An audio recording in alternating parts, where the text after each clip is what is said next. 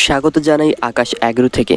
আশা করি সবাই ভালো আছেন। আমরা প্রতিনিয়ত চেষ্টা করছি খামারের কাজ আরও ভালোভাবে করার, যাতে আমাদের প্রাণীগুলো সুস্থ ও স্বাচ্ছন্দ্যে থাকতে পারে। আজ আমরা আপনাদের দেখাবো কিভাবে আমরা আমাদের কোয়েলের জন্য একটি কাঠের বাক্স তৈরি করলাম, যাতে তারা আরও আরামে থাকতে পারে। অনেকেই নতুন খামারি হিসেবে শুরু করেন এবং বিভিন্ন সমস্যার সম্মুখীন হন, তাই আমরা আমাদের অভিজ্ঞতা শেয়ার করব, যাতে আপনাদের জন্য এটি সহজ হয়। আমাদের খামারে বেশ কিছুদিন আগে কোয়েল আনা হয়েছিল, কিন্তু আমরা বুঝতে পারছিলাম না যে তারা ঠিকমতো স্বস্তিতে নেই। আমরা শুরুতে একটি পুরনো ঘুঘুর খাঁচা কোয়েলদের রাখি। যেহেতু আমরা নতুন খামারি এবং খামারের জন্য বেশি টাকা বিনিয়োগ করতে পারছি না, তাই পুরনো খাঁচা দিয়েই কাজ চালিয়ে নিতে চেয়েছিলাম। কিন্তু কোয়েলদের গতিবিধি এবং তাদের আরামের জন্য এটি আদর্শ ছিল না, তাই আমরা ভাবলাম তাদের থাকার জন্য একটি ভালো কাঠের বাক্স বানিয়ে দেই, যাতে তারা আরও স্বস্তিদায়কভাবে থাকতে পারে। প্রথমে কাঠ সংগ্রহ করলাম। যেহেতু আমরা বাজেটের মধ্যে করতে চাই, তাই নতুন কাঠ কেনার বদলে পুরনো কাঠ দিয়ে ব্যবহার করলাম। এরপরে কাঠের সঠিক পরিমাপ নেওয়া হলো। কোয়েলদের জন্য একটি আরামদায়ক বাক্স বানানোর জন্য এমনভাবে ডিজাইন করলাম যাতে তারা সহজেই বসতে ও নড়াচড়া করতে পারে। কাঠ কাটা কিন্তু মোটেও সহজ কাজ নয়। করাতটি খুব ধারালো ছিল না, তাই কাটতে বেশ সময় লাগছিল। বেশিক্ষণ কাটার পর হাত বেশ ব্যথা হয়ে গেল। তবে কোয়েলদের জন্য আরামদায়ক একটি জায়গা তৈরি করার জন্য কষ্ট তো করতেই হবে। একটি কাঠের বাক্স বানাতে হলে সঠিক মাপের কাঠ কাটা খুবই গুরুত্বপূর্ণ, কারণ যদি মাপ ঠিক না থাকে তাহলে বাক্সটি শক্ত ও টেকসই হবে না। কয়েক ঘন্টা পর সব কাঠ কাটা শেষ হলো।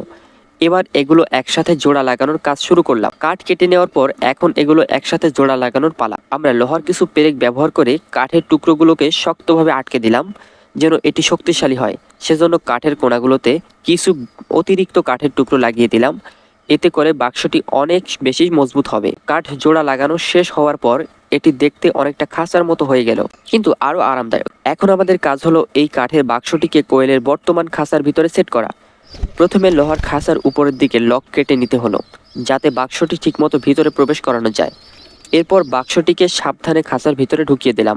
বাক্সটি খাঁচার ভিতরে বসানোর পর আবার লোহার দরজাটি বন্ধ করে দিলাম। এতে কোয়েলদের নিরাপদ থাকবে এবং তারা সহজেই নতুন পরিবেশের সাথে অভ্যস্ত হতে পারবে। কোয়েলদের আরাম নিশ্চিত করার জন্য কাঠের বাক্সের ভেতরে কিছু ধানের কুড়া দিয়ে দিলাম। এটি বেশ দরকারি, কারণ কাঠের কুড়া কোয়েলদের জন্য নরম বিছানার মতো কাজ করবে এবং তাদের শরীর গরম রাখতে সাহায্য করবে।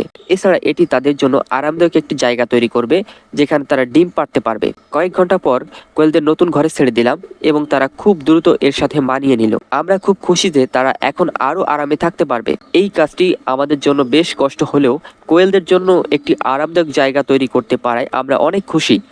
আপনারাও যদি কোয়েল পালতে চান এবং তাদের জন্য আরামদায়ক পরিবেশ তৈরি করতে চান, তাহলে এই পদ্ধতিটি অনুসরণ করতে পারেন। আশা করি ভিডিওটি আপনাদের কাজে আসবে। আজকের মতো এখানেই শেষ করছি। সবাই ভালো থাকবেন, সুস্থ থাকবেন। আমাদের নতুন চ্যানেল সাবস্ক্রাইব করতে ভুলবেন না এবং আপডেট পেতে লাইক, কমেন্ট ও শেয়ার করুন। আকাশ অ্যাগ্রোর পক্ষ থেকে সবাইকে ধন্যবাদ। দেখা হবে পরের ভিডিওতে।